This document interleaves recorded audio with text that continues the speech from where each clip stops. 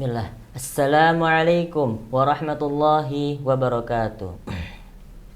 Alhamdulillahilladzi arsala rasulahu bil huda wa dinil haqq liyadhhirahu 'alad dini kullih walau karihal kafirun walau karihal musyrikun walau karihal munafiqun.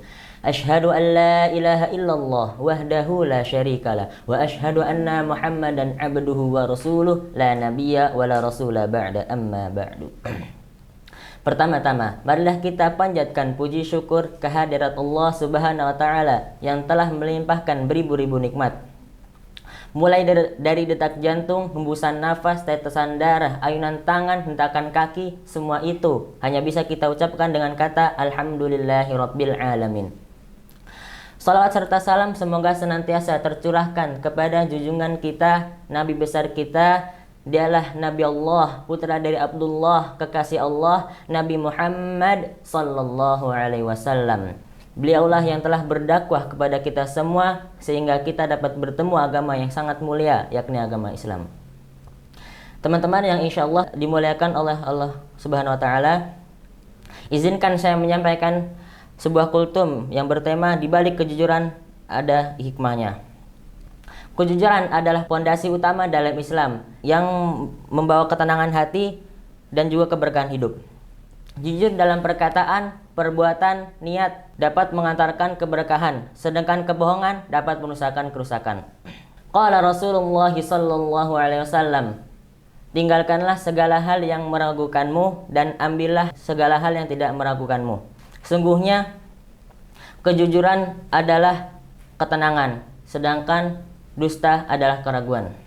Dari sabdanya Nabi SAW, saya mengingat satu kisah dari pemuda yang sangat jujur hingga Allah mengubah jalan hidupnya karena kejujurannya. Suatu hari ada seorang pemuda yang kelelahan setelah menempuh perjalanan jauh. Ia beristirahat sejenak, lalu ia melihat sebuah apel yang hanyut di sungai. Tanpa berpikir panjang, pemuda itu mengambilnya lalu memakannya untuk mengganjal perutnya yang sedang lapar.